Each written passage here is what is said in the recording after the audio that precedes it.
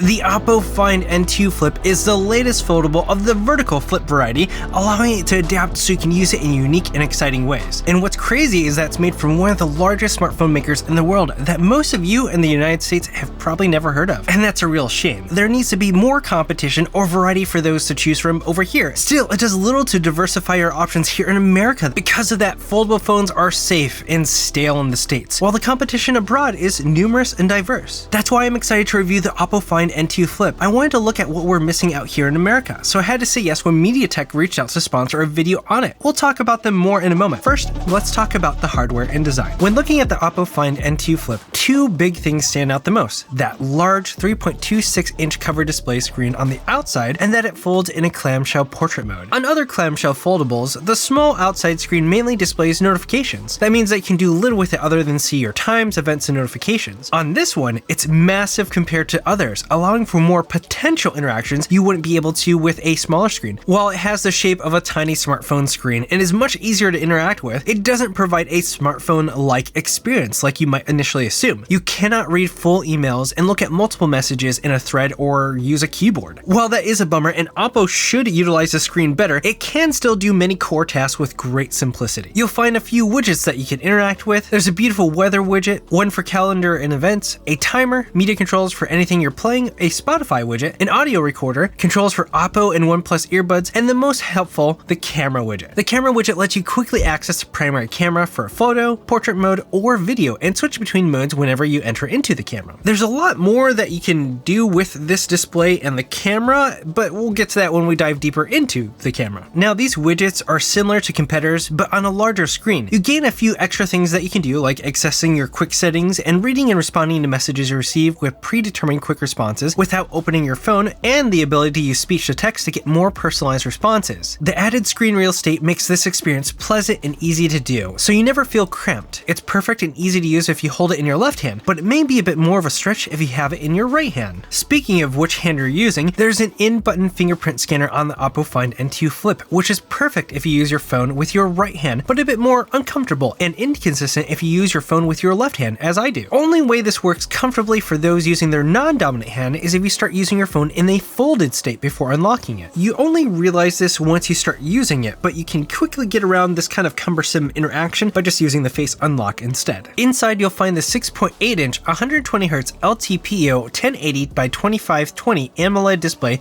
that looks great and vibrant. It stands out against the competition because the crease is hardly noticeable in regular use. You don't feel it unless you're thinking about it, and I only notice the crease if the light hits it just right, but in everyday use, you won't see it. What's great is that when it's folded up, there isn't a single gap between both sides, making it look more refined than other options. And that's the thing that stands out about the build of this phone. The fit and finish feel refined and mature with no awkward gaps. It has flowing curves and a solid feel. The hinge feels confident, allowing you to use it partially open for things like using the camera or watching a video, but it has fewer granular positions than I would hope. You can even flip it open with a wrist flick, and it's rated for over 400,000 folds and has an IPX4 water resistance rating. This black model has a textured matte finish that avoids fingerprints. There is a purple model that is glossy if you don't mind those fingerprints and want a little bit more color. I particularly like this clamshell folding style because you can easily put this in your pocket and not feel like you have a giant phone in there. As a whole, this phone is exceptionally well made. The MediaTek Dimensity 9000 Plus processor powers the Oppo N2 Flip. This is a flagship level smartphone chip based on TSMC's 4nm technology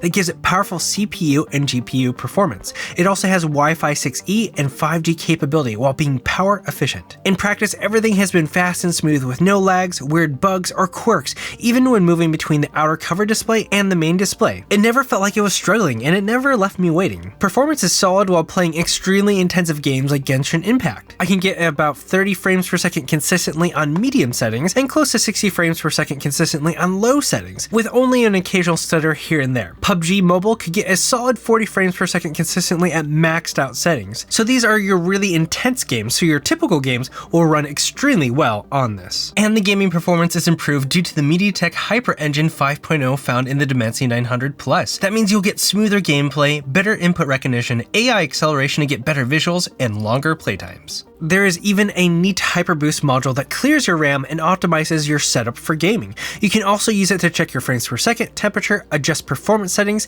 and capture content. Like every other phone, it does get warm, but nothing that feels uncomfortable or concerning. Alongside the processor is a 4,300 milliamp battery that they split between both parts of the phone, which is really neat. It lasts me throughout the day because of how efficient the MediaTek Dimensity 9000 Plus processor is, which contains 4 efficiency cores, and feels similar to most other smartphones. If you're using it a bit harder than usual, maybe from gaming, you can fast charge to 50% in 23 minutes with an included charger. Unfortunately, there is no wireless charging capability, which would have been convenient if you were using it half open. The speakers are surprisingly wide sounding, but aren't super bassy. They're loud enough if you want to listen to a podcast and set it on a counter. They sound the best if you're at 75% volume or less. At 100%, it can start to distort. Now, I've heard many people complain about the ColorOS launcher and its design, but I don't actually understand why. Overall, the experience is quite similar to stock Android, with some minor differences in icons having a squared shape, the settings arranged differently, and the app drawer having an alphanumeric guide on the side. Beyond that, it's mostly the same experience, at least from what I can tell. It even has the Google feed on the far left swipe, so I don't mind it. Now, it's hard to ignore Hasselblad's historic Swedish camera branding on this phone. While that partnership has some benefits, it's not anything mind-blowing regarding specs or performance. As usual, the 50 megapixel primary sensor is the best sensor, and it allows you to punch in and give you a 2x digital zoom. And then you have the 8 megapixel ultra wide, which is a bit weaker than the main lens. Overall, the camera gives you solid photo performance, video performance, it gives you access to portrait mode,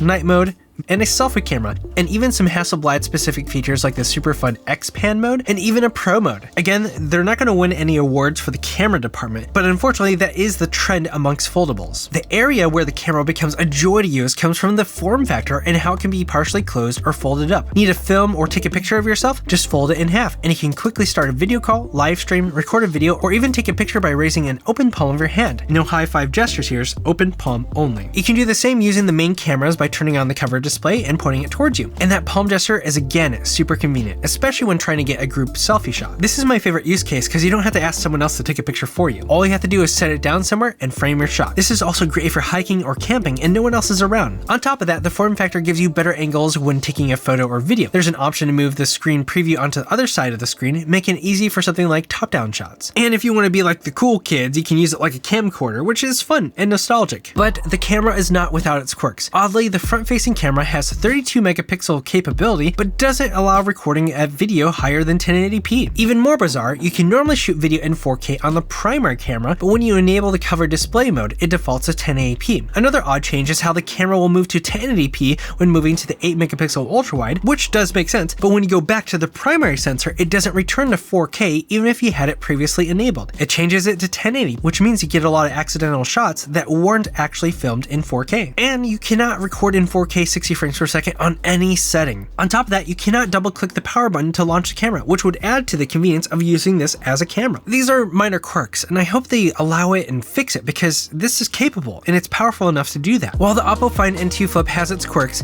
its novelty and clever use cases keep it extremely fun and enjoyable to use, with the flexibility to capture previously challenging moments and inspire you to have fun making something. Despite having a similar form factor as others, it feels more enjoyable, fresh, and refined compared to them. It's a shame we don't have the Oppo Find N2 Flip in America. We may have more diversification someday, but in the meantime, I'll have to import all the fun phones we miss out on into America. If you want to pick this up, you can sometimes find it on sale for just $1,000, but it's often around $1,300. And I will say, it does feel like a steal at $1,000. So will you pick it up? Let me know in the comments and click the links in the description to learn more about the Oppo Find N2 Flip and all the great things MediaTek is working on. Thanks to MediaTek for sponsoring this video, and thanks for watching This Is Tech Today. Until next time.